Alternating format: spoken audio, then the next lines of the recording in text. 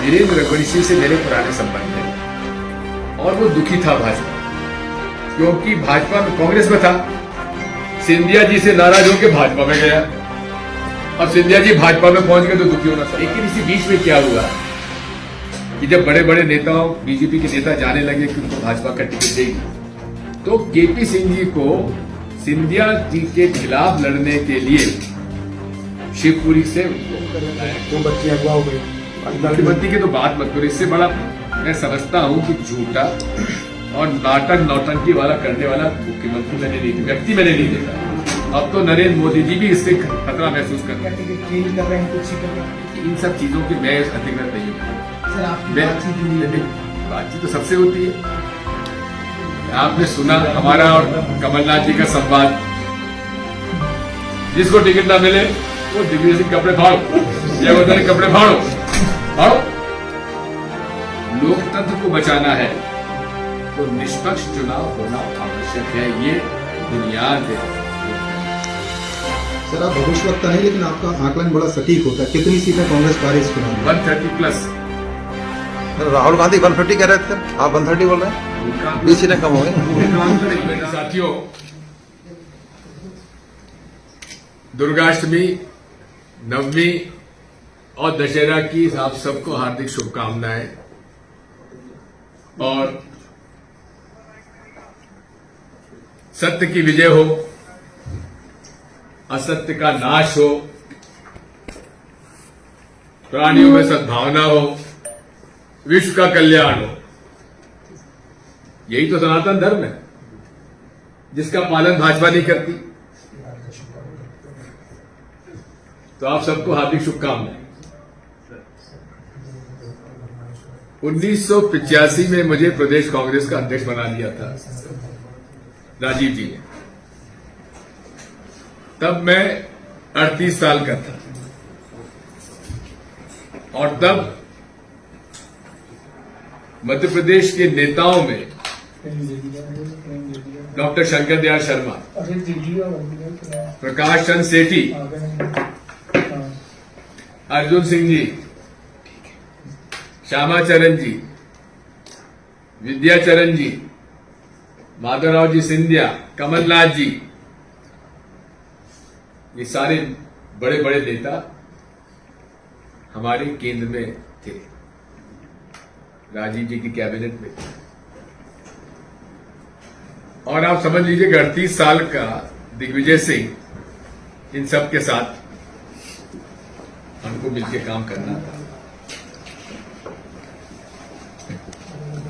उस समय प्रदेश कांग्रेस का ऑफिस एक टिनशेड में हुआ करता था, जहां हम लोग नीचे बैठ के, कुर्सी टेबल पे नहीं बैठते थे, वही मीटिंग लिया करते थे। तब से लेकर आज तक कुछ न कुछ, कोई न कोई तरीके से मैं उम्मीदवार चयन की प्रक्रिया में शामिल रहा। सबसे खराब काम है उम्मीदवार का चयन, क्योंकि जो भी उम्मीदवारी बताता है वो कहता है साहब 25,000 से कम से मैं नहीं जीतूंगा। 4,000 उम्मीदवार थे। अब 4,000 उम्मीदवार में 230 कैसे चुने? कोई लिखित परीक्षा तो इसमें होती नहीं, केवल संभावनाएं देखी जाती हैं। उसने कितना काम किया, कब से काम किया, जनता में उसकी पकड़ क्या है, संगठन उसका समर्थन कर रहा है कि नहीं कर रहा है, और उसकी विजिबिलिटी क्या है, जीतने की संभावनाएं क्या है, ये देखा जाता है। और जो प्रक्रिया अपनाई कांग्रेस पार्टी ने इस बार, मैं समझता हूं कि बहुत ही पारदर्शी तरीके से चयन हुआ है। सबसे पहले कमलनाथ जी ने जिला प्रभारी बनाए, सह प्रभारी बनाए। मुझे 66 सीटें को देखा, आंकलन करने के लिए कहा था, जहां लगातार हम हार रहे हैं। पहली बार मध्य प्रदेश कांग्रेस कमेटी में ब्लॉक के नीचे मंडल, सेक्टर और बूथ तक हम लोग पहुंचे। इतनी तैयारी हमारी 2018 में नहीं थी, क्योंकि कमलनाथ जी को केवल 5 महीने मिले और शिवराज सिंह चौहान के खिलाफ इतनी एंटी इनकम्बेंसी भी नहीं थी जो आज है। लेकिन इस चयन प्रक्रिया में लोगों का नाराज होना स्वाभाविक है, क्योंकि हर उम्मीदवार सोचता है कि मैं सबसे बेहतर कैंडिडेट। अब जिले से नाम लिया गया, ब्लॉक से लिया गया, जिले में लिया। पहली बार एआईसीसी के प्रदेश की स्क्रीनिंग कमेटी, एआईसीसी की स्क्रीनिंग कमेटी ने जिला स्तर तक के जिला कांग्रेस कमेटी के अध्यक्षों से मशवरा किया है। कभी नहीं हुआ ऐसा मेरे राजनीतिक इतिहास करियर। मैं पीसीसी प्रेसिडेंट भी रहा, चीफ मिनिस्टर भी रहा, जनरल सेक्रेटरी भी रहा, एआईसीसी की स्क्रीनिंग कमेटी का अध्यक्ष भी रहा और वर्किंग कमेटी का मेंबर भी हूं। इतना पारदर्शी तरीके से कभी चयन नहीं हुआ था जो इस बार हुआ है।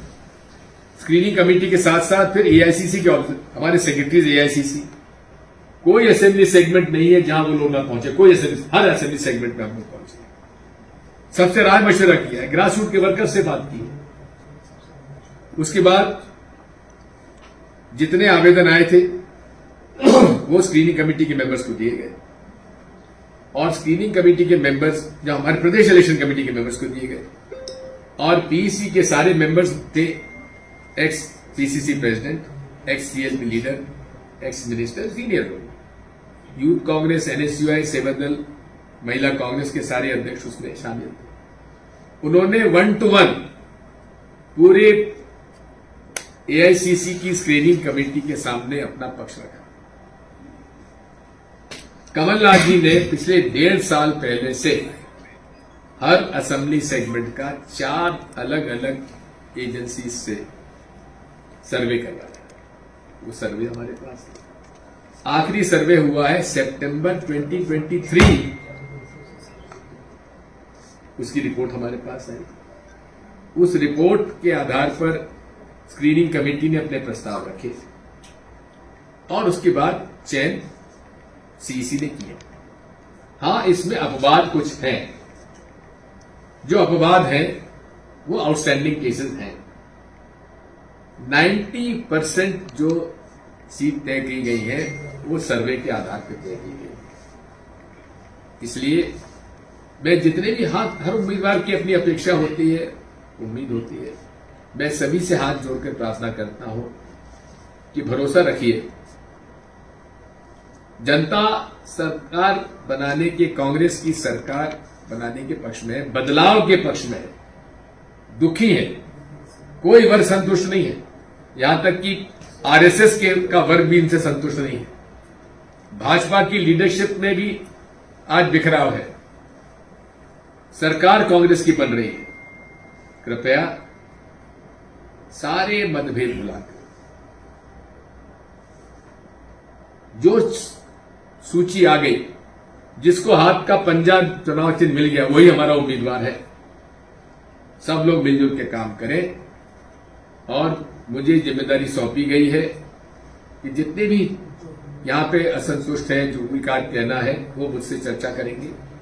मैं और रणदीप सुरजेवाला जी उनसे मिलेंगे और यदि कोई बात आती है तो फिर रणदीप सुरजेवाला जी कमलनाथ जी से बात करके निर्णय लेंगे। कमलनाथ जी के पास हम नहीं चाहते कि उन पर कोई इस बात का प्रेशर हो। उन्होंने पूरी निष्पक्षता से काम किया है, हम इस बात को कह सकते हैं। सर जो विरोध हो रहा है, ज्यादा विरोध हो रहा है, 42-37 सीटों पे लोग विरोध कर रहे हैं, पर डेली विरोध हो रहा है। आप कहने कि सभी का समन्वय बना लिया था, सभी से चर्चा कर ली थी, लेकिन इतना विरोध क्यों? और कई बार आरोप भी लगे हैं, कई जो कार्यकर्ता हैं आरोप भी लगाए कि भाई पैसे में बेचा गया है। सर, सबसे ज्यादा विरोध सुजालपुर, जावरा, इन सीटों को लेकर ज्यादा विरोध। ये उम्मीदवार जो है इतना मना करते हैं, काहे को यहां परेशान हो रहे हैं? भोपाल दिल्ली, भोपाल दिल्ली, भैया मैं तो देखा है मैंने कि कई उम्मीदवार मैं मजाक की बात कर रहा हूं कि नहीं हवाई जहाज से चलो, हवाई जहाज से आएंगे, अच्छी होटल में रुको, वहां दिल्ली में अपना माहौल बनाओ, भोपाल माहौल बनाओ। ये सब व्यर्थ है। ऐसे माहौल बनाने से कोई फैसला नहीं होगा। सर ये आरोप जो लग रहा है, सुनिए, मैं नरेश ज्ञानचंदानी का केस बताता हूं आपको। ये कहीं गया ही नहीं, ना तो भोपाल में रहता है, दिल्ली तो गया नहीं, ना किसी उसे चक्कर काटे, उसको टिकट मिल गया। छानबीन करके निष्पक्षता से टिकट दिए गए हैं। ऐसे लोगों को टिकट मिला है जिनको को कहे नहीं साहब हम तो कांग्रेस के वर्कर हैं, हाँ उनका आंकलन हुआ दिया। और जो दिल्ली भोपाल भी करते रहे, खर्च हो गया, टिकट नहीं मिला तो नाराजगी तो होना है। घर वाले कहते तुम क्या कर रहे हो, मोहल्ले वाले छेड़ते कि आ गए एमएलए साहब। ये सारी बातें तो परेशान तो होना स्वाभाविक है, लेकिन हमारी सहानुभूति उनके साथ है। धैर्य रखो, धीर रखो। हम लोग सरकार हमारी बनती है तो जितने भी हमारे ऐसे लोग हैं जिनके साथ कुछ अन्याय हो भी गया होगा तो उनका पूरा ख्याल रखा जाए। सर कोलारस वाले का मामला है सर कोलारस वाले का मामला है, विधायक था वहां, उसका कहना कोलारस के रघुवंशी वीरेंद्र रघुवंशी, उन्होंने कहना था कि उनको कहा गया था टिकट मिलेगा। आप बिल्कुल सही आपने प्रश्न किया है। वीरेंद्र रघुवंशी से मेरे पुराने संबंध हैं और वो दुखी था भाजपा, क्योंकि भाजपा में कांग्रेस में था, सिंधिया जी से नाराज होकर भाजपा में गया। अब सिंधिया जी भाजपा में पहुंच गए तो दुखी होना स्वाभाविक है। तो वो हमसे मिला, हमने उससे कहा कि भाई ठीक है, और मैं इसको ऑन रिकॉर्ड कह रहा हूं कि कमलनाथ जी, मैं और वीरेंद्र रघुवंशी हम बैठे थे और उन्होंने ये बात हम लोगों ने तय किया कि तू कांग्रेस में आ जा, शिवपुरी से हम तेरे को चुनाव लड़ाएंगे, वादा किया था। मैं इसको ऑन रिकॉर्ड कह रहा हूं। लेकिन इसी बीच में क्या हुआ कि जब बड़े बड़े नेताओं, बीजेपी के नेता जाने लगे कि उनको भाजपा का टिकट देगी, तो केपी सिंह जी को सिंधिया जी के खिलाफ लड़ने के लिए शिवपुरी से उनको लाया गया। और मैं तो बधाई देता हूं मैं कि शिव और केपी सिंह की इस हिम्मत को कि उन्होंने तय किया कि हां मैं अपनी पिछोर सीट को छोड़ने के लिए तैयार हूं और मैं सिंधिया जी का मुकाबला, चाहे यशोधरा जी हो चाहे सिंधिया जी, उनका मुकाबला करने के तैयार हूं, हराऊंगा। मैं बधाई देता हूं केपी सिंह जी को, और उनका टिकट डिक्लेयर हो। अब वीरेंद्र को तो नाराज होना स्वाभाविक है, हमारी उससे बात हुई है, वीरेंद्र मेरे पास अभी थे और हम लोग उसके बारे में सोच रहे हैं, केपी सिंह जी से बात कर रहे हैं और कोई ना कोई रास्ता हम लोग निकालेंगे। अभी भी बदल सकता है कि पिछौर में केपी सिंह जी ने कहा कि जब तक बी फॉर्म नहीं मिल जाता मैं यहाँ का भी प्रत्याशी हो सकता हूँ। भाई देखो, केपी मेरा प्रिय रहा है जब से वो स्टूडेंट लीडर था। वो जब स्टूडेंट लीडर हुआ करता था, मैं पीसीसी प्रेसिडेंट हुआ करता था, तब से मैं केपी सिंह को जानता हूँ। मेरे पारिवारिक रिश्ते हैं, उसकी बेटी की शादी भी मेरे भांजे से हुई है। केपी सिंह हमारा अच्छा मित्र है, बड़ा प्रभावशाली नेता है और पिछोर में अच्छे लोग चुनाव लड़ लिए, वो चुनाव हमेशा जीतता है और आज भी लोकल जो लीडरशिप है उसी के पास है। सर भोपाल में 2 बच्चियों का अपहरण हो गया आज आपने कन्या भोज के मामले पे, जब वो करने गई थी। हम इसकी घोर निंदा करते हुए पता लगाता हूँ। मुख्यमंत्री की तरफ कन्या पूजन कर रहे हैं सर, 2 बच्चियां अगवा हो गई। मुख्यमंत्री की तो बात मत करो, इससे बड़ा मैं समझता हूँ कि झूठा और नाटक नौटंकी वाला करने वाला मुख्यमंत्री मैंने नहीं, व्यक्ति मैंने नहीं देखा। अब तो नरेंद्र मोदी जी भी इससे खतरा महसूस कर रहे हैं कि इतना बड़ा नौटंकी, हमसे बड़ा नौटंकबाज कैसे हो गया। सर विरोध हो रहा है उसको लेकर के, क्या टिकट चेंज कर रहे हैं कुछ सीटों पर? देखिए इन सब चीजों के मैं अधिकृत नहीं हूँ भैया। सर आपकी बातचीत जो हुई, बातचीत तो सबसे होती है। बदलाव की देखिए, संभावना है संपर्क मेरे प्रिंसिपल्स है पॉलिटिकल लाइफ में। संपर्क, संवाद, समन्वय, सामंजस्य और सकारात्मक सोच, इसी पे मेरा जीवन कटा है। सर जिस तरह से आपने खुद घोषित रूप से कहा कि कांग्रेस के शिव हैं, विष पीने का काम आप करते हैं, तो जो गण उठे उनको मनाने का फॉर्मूला क्या सर? विष पीना। सर आप तो विष पी लेंगे, सर आप तो विष पी लेंगे, बाकी कार्यकर्ताओं की नाराजगी बात यह है, आपने सुना हमारा और कमलनाथ जी का संवाद, जिसको टिकट ना मिले वो दिग्विजय सिंह कपड़े फाड़ो, जयवर्धन कपड़े फाड़ो, खड़े सर ये उसी का नतीजा है सर क्या जी ये विरोध जो हो रहा है उसी का नतीजा है किसका कपड़े फाड़ने का हाँ, मैं तो नहीं मेरा तो एक ही बार कपड़ा फटा है एज चीफ मिनिस्टर जब अजीत जोगी का चयन मुख्यमंत्री का मैंने करवाया तभी विद्याधर शुक्ला जी के घर पर उनके कार्यकर्ताओं ने मेरे कुर्ता खींचा उसमें मेरे कुर्ता फटा। सर एक सवाल और सर, जब भी सीएम का चयन करते हैं तब भी कुर्ता फटता आपका, छत्तीसगढ़ में कुर्ता फटा जी तो यहाँ भी जब भी सीएम का चयन की बात आती है, कमलनाथ जी सीएम लगभग तय हो गए देखिए हैं यहाँ और छत्तीसगढ़ में भी कपड़ा फटने यहाँ भी फटने की नौबत आ रही है। आज सुबह आपने ईवीएम को लेकर के एक ट्वीट किया था सर। आज सुबह आपने ट्वीट मैं आज भी बीजेपी चुनाव आयोग को ज्ञापन दी है कि आपने गलत तरीके से चुनाव आयोग के सवाल ज्ञापन सर आपने जो ट्वीट किया उस पर आप क्या कहेंगे जो सुबह मैं उस पर कायम हूं। इस देश में लोकतंत्र को बचाना है तो निष्पक्ष चुनाव होना आवश्यक है, ये बुनियाद है लोकतंत्र। हमारा कहना एक है कि हमने बटन दबाया, बटन दबा के 7 सेकंड के लिए हमारे को दिखा और डब्बे में गिर गया। अब कई लोग देख नहीं पाए तो डब्बे में गिर गया। अब क्या करो? हमारी मांग केवल यह है कि वीवीपैट, अब ईवीएम से चुनाव कराओ, मैं उसके पक्ष में हूं, मैं उसके विरोध में नहीं हूं, ये बात मैं कहना चाहता हूं आपसे। लेकिन मैं एक मतदाता हूं, मेरा ये अधिकार है, कॉन्स्टिट्यूशनल राइट है, लीगल राइट है कि मेरा वोट सही रिकॉर्ड हो, सही जगह जाए और सही काउंट हो, ये मेरा अधिकार है। वीवीपैट में पता ही नहीं पड़ता है। हमारा इनसे कहना यह है कि आप जो मशीन में आज विश्व में जिस मशीन में चिप लगी हो वो टैंपर प्रूफ नहीं है, टैंपर हो जाता है। अरे आरबीआई, रशिया के reserve bank of Russia, reserve bank of Bangladesh, सैकड़ों हजारों से उनके करेंसी का पैसा निकल गया, पता ही नहीं पड़ा। जब वो हो सकता तो ईवीएम क्या चीज है?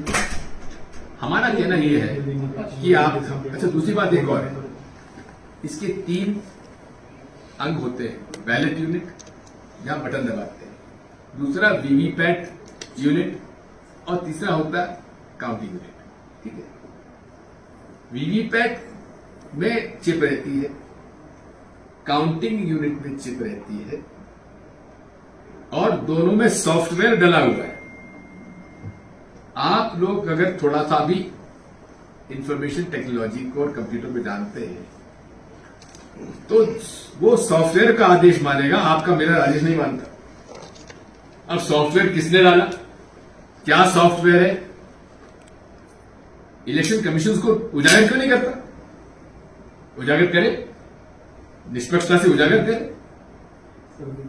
क्यों नहीं उजागर करते? हमारी मांग है। मैंने इस देश के टॉप कंप्यूटर साइंस के एक्सपर्ट से बातचीत की है, head of departments of computer science IITs के, उनसे मेरी चर्चा हुई है।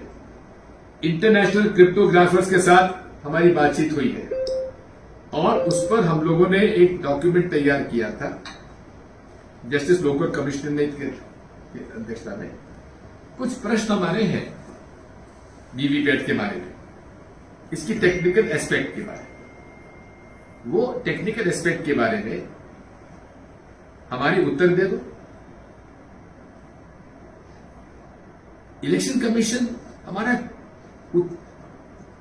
मिलने हमसे तैयार नहीं, कहा कि हम फ्रीक्वेंटली आस्क्ड क्वेश्चंस का जवाब आपको भेज रहे हैं, आप उसमें देख लीजिए। अरे उसमें है ही नहीं, हमने जो आपसे प्रश्न पूछे हैं उसमें है नहीं, आप कह रहे हैं कि उसमें एफएक्यूज में देख लीजिए। हमारा वोट बैलेट यूनिट में जाता है, उसका उस पर चिप नहीं है, वो उससे केबल लगा हुआ है। आदेश वीवीपैट जो स्लिप देती है, वीवीपैट मशीन देती, वो आदेश काउंटिंग मशीन में जाता है, बैलेट यूनिट का आदेश नहीं जाता है। अब बैलेट यूनिट का आदेश नहीं जाता तो हमारा आदेश तो नहीं गया। हमारे आदेश को सॉफ्टवेयर ने क्या किया ये हमें तो मालूम नहीं, क्या हमको ये अधिकार नहीं पूछने का। तो बीजेपी कह रही है कि आप हार के डर से ये बात ईवीएम का मतलब देखो बीजेपी जो है ना, उसके फेवरेट टारगेट दिग्विजय सिंह, बहुत अच्छा टारगेट उनके लिए। रोज घूसा मारते हैं मुझको, जैसा पंचिंग बैग देखा है, बॉक्सिंग जो होती है ना, ट्रेनिंग के लिए बैग टंगा रहता है, घूसा मारते, लेकिन बैग में ऐसा घिल घिल के फिर वहीं खड़ा हो जाता है। वही हालत दिग्विजय सिंह। अखिलेश यादव तृणमूल कांग्रेस पार्टी के नेताओं से काफी खफा है। अखिलेश यादव इंडिया गठबंधन सर वो बार यही बात सुनी। देखिए जो इन्होंने कहा कह दिया कमलनाथ जी ने, किसी कैसे कह दिया नहीं आता, लेकिन इस तरह की बात किसी को खिलाफ करना नहीं चाहिए। हाँ, मैं इसको स्वीकार कर रहा हूं, मेरे पास कमलनाथ जी ने अशोक सिंह जी को भेजा था और दीप नारायण यादव आए थे और हमारी उनकी टीम आई थी, मेरे साथ चर्चा, इसी कमरे में बैठ के चर्चा हुई थी। मैं पूरी साफ सुथरी बात करता हूँ, छुपाने की बात मुझे नहीं है। समाजवादी पार्टी का एक कैंडिडेट जीता था बिजावर से, जो बीजेपी में चला गया। 2 सीटों पे वो उनके अच्छे वोट 1-2 सेकंड आए थे। इस तरह से 3 सीटों के ऊपर का ठीक है, वो 6 सीटें मान गए। चर्चा हमारी हुई और 4 सीटों पर हम छोड़ सकते थे उनके लिए, इसका मैंने बना के कमलनाथ जी को भेज दिया था। लेकिन उसके बाद जब वर्किंग कमेटी की मीटिंग हमारी हुई थी, इस बारे में मैंने केंद्रीय लीडरशिप से बात की थी कि हमारी जो इंडिया अलायंस है उसके साथ हमारा क्या संबंध होना चाहिए। तो उन्होंने स्टेट इलेक्शंस में स्टेट लीडरशिप पर ये छोड़ दिया है। लोकसभा का चुनाव इंडिया अलायंस मिलकर लड़ेगा, लेकिन स्टेट के इलेक्शंस में हमारे अलग अलग इश्यू है। समाजवादी पार्टी, मुलायम सिंह जी की मुझ पर बड़ी कृपा थी, जब वो मुख्यमंत्री थे मैं भी मुख्यमंत्री था। कुछ जैसे राजनेता हमने देखे नहीं आज के, उनकी बड़ी कृपा रही। और जब भी मुझसे मैं टाइम मांगता था, मुझसे मिलते थे, बातचीत। अखिलेश बेहद शरीफ व्यक्ति है, अच्छा लड़का है, पढ़ा लिखा है और उन्होंने मस्जिद संभाली है, परिवार को संभाला है। हाँ, अब ये चर्चा कहाँ पीढ़ी पे नहीं जानता है, लेकिन कमलनाथ जी पूरी ईमानदारी के साथ समझौता करना चाहते थे। अब ठीक है, लेकिन अलायंस में तो फ्रेंडली फाइट हो जाती है।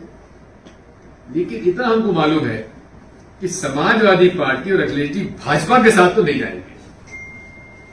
पिछली बार भी जो आया था वो सीधा हमारे पास आ गया, बाद में कांग्रेस का ही था।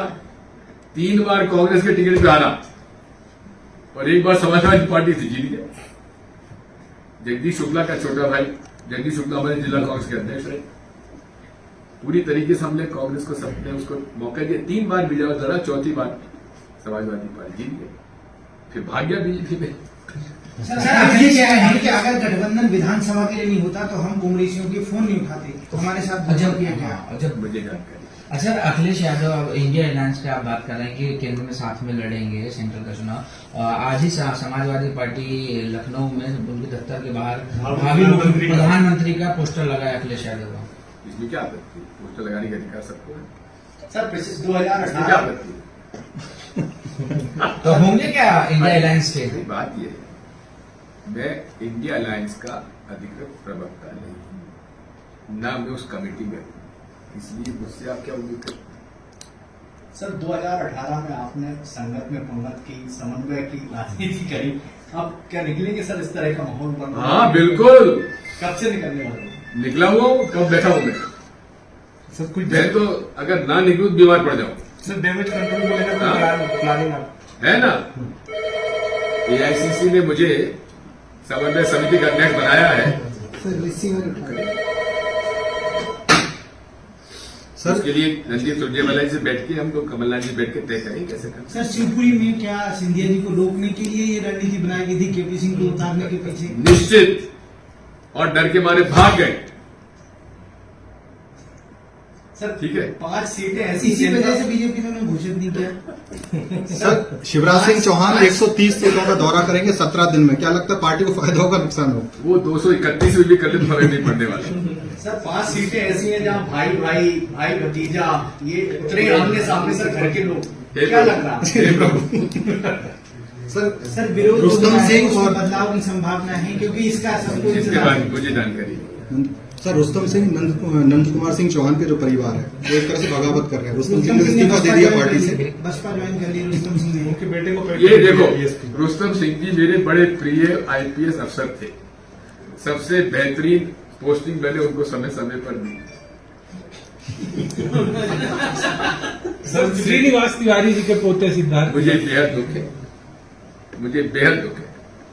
श्रीनिवास तिवारी जी के मेरे संबंध आप जानते थे कितने निकट के थे, और मैं कहता हूं कि विभिन्न प्रदेश के मेरे लिए 2 सबसे बड़े नेता थे, श्रीनिवास